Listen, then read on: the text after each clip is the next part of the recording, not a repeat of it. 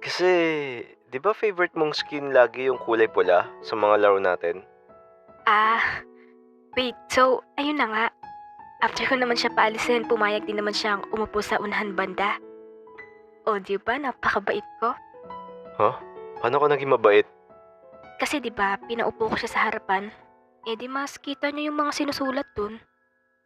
Yung kinukwento sa akin ni Kimiko parang parehas na parehas sa nangyari kanina sa akin sa school.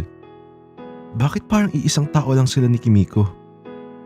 Saan ka nga pala nag-aaral, Kimiko? Bakit? Susunduin mo ba ako?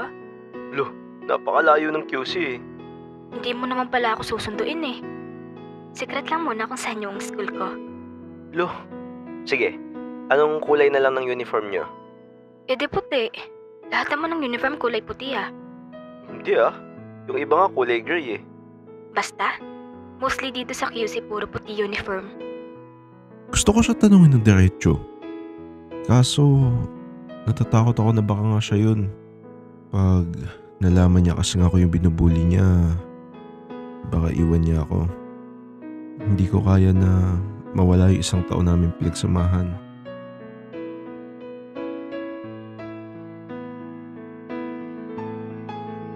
Maaga ako pumasok ngayong araw. Umupo kagad ako dun sa upuan ng nambubuli sa akin. Alam ko kasi bubulihin niya lang ulit ako. Pero gusto ko lang sana siya makausap para matanong ko ano yung pangalan niya. O bakit nandiyan ka na naman nakaupo sa upuan ko? Ulyanin ka ba? Ay, sorry po. Medyo malamig lang po kasi dun sa harap kaya umupo lang ako dito saglit. May nagtanong ba kung nalalamig ka dun sa harap? Umalis ka nga dyan. Sige po. Sorry po. Ay, pwede po bang malaman yung pangalan nyo? Bakit? Susumbong mo ako sa principal? Ay, hindi. Di ba magkaka-class election tayo ngayong araw? Oh, ano naman connect ng class selection? Gusto ko lang po sana malaman name nyo para manominate ko po kayo. Sinong nagsabing gusto kong manominate? Alam mo bang napaka-hassle ng president or vice president man yan? Tatawag-tawagin ka para sa mga meeting. Di naman bayad. Hindi ko naman po kayo inonominate bilang president eh. Eh ano? Secretary? Muse po. Ha? Muse? Opo, parang kayo lang po kasi yung pinaka-mature dito sa classroom. Kinutungan ba naman ako? Mukhang di effective yung plano ko. Pumunta ka nga dun sa harap. Nawawalan ako ng pasensya sa'yo. Sorry po. Sige po.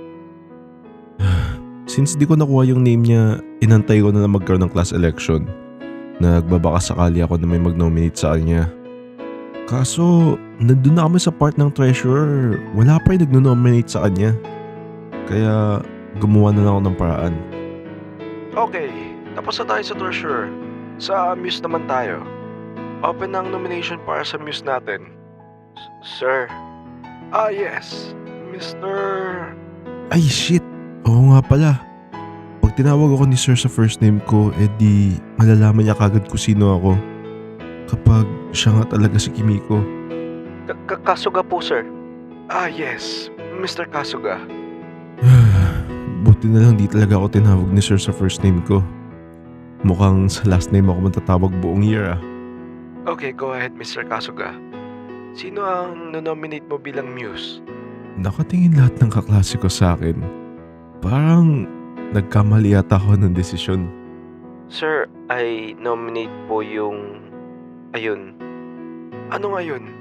Tinuro ko yung babaeng nambuli sa akin since di ko pa naman alam yung name niya. Pero kapag tinawag naman siya ni sir, at least na-confirm ko kung siya ba talaga si Kimiko. Sino dyan? Yung may kulay red po na backpack, sir. Si Miss Aikawa. Wait, Japanese first name niya? First name niya ba yun or last name? Nakaka-stress naman to. Pangalan lang naman kailangan ko. Kailangan pang pahirapan.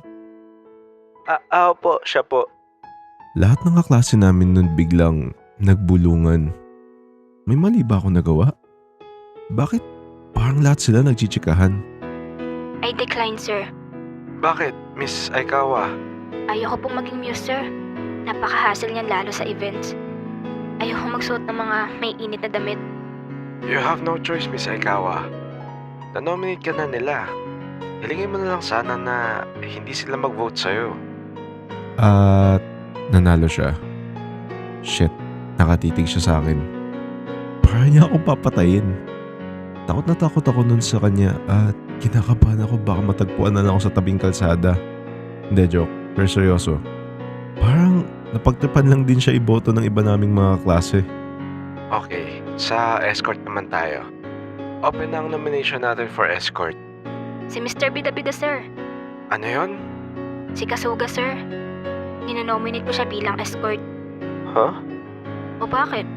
Gantihan lang. Sir, ayaw ko po. Mr. Kasuga, as I mentioned earlier, hindi tayo pwede mag-decline sa mga nomination. At nanalo din ako. Ang kulit ng mga klase ko. Nag-trip din ako iboto. Dapat pinili niyo man lang yung maitsura. Mapapahiya tayo nito sa buwan ng wika eh. Okay, class dismissed. Hoy, ano yun? Anong ano? Bakit mo ako ninominate bilang muse? Ninominate ba din naman ako bilang escort Gusto mong stapler ko bibig mo? Di ba sinabi ko na sa'yo kanina ayaw kong ng kahit anong position sa classroom? Sorry. Tas ngayon nagsasorry ka? Nantitrip ka ba? Trip mo ba ako? Hindi. Binoto mo akong muse tas di mo ako trip? Ano? Wait, hindi yun yung ibig ko sabihin. Weirdo. Huwag mo na ulit akong kakausapin. At huwag ka na dinuupo dito sa upuan ko. Ayos. Buti na lang di ako kinatongan. Pagkawi ko nung dumiretso kagad ako sa computer ko para tingnan ko nag-chat ba sa akin si Kimiko. Uy, basta school. Kakawi ka lang. Same. Ano, kamusta ka naman? Eto, same as usual. Wala namang ganap sa school namin. Ikaw? Ay, ewan ko ba? May nagboto sa akin ng weirdong bata na gawin akong muse. Ha? Binoto ko din siyang escort para gumante. Wait, binoto mo din siyang escort? I mean, binoto ko siya para gumanti lang. Di naman ako nagwagapuan sa kanya. Gumanti lang ako sa kanya. Okay. Pero, tama ba narinig ko? Naging muse ka din? Oo. Bakit? Wala. Congrats pala, since muse ka na sa classroom nyo. Sobrang ganda mo kasi eh. Hoy, hindi ah. Napagtripan lang din ako nun ni Boto. Pero nanalo ka. So, supportive din lahat ng kaklase mo sa'yo. At agree din sila na maganda ka. Surato. Parang tanga.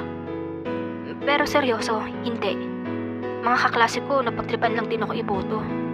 Sus, kunwari ka pa. Laro tayo Valorant. Sige, G. Habang naglalaro kami noon, may naisip akong gawin para malaman kung last name niya ba yung Aikawa. By the way, try naman natin sa Tokyo server. Bakit? Wala lang. Puro Japanese kasi dun eh. Nag-aaral ka ba mag-Japanese? Hindi baliw. Hindi ko lang kasi natry pa dun kahit isang beses. Bakit? Ikaw, marunong ka ba mag-Japanese? Konti lang. Wait nga lang. Japanese ka ba? Oo, half. Isang taon na tayo magkakilala tas ngayon ko lang nalaman na Japanese ka. Sira. Di ka naman nagtatanong eh. So, ano full name mo? Kimiko Aikawa.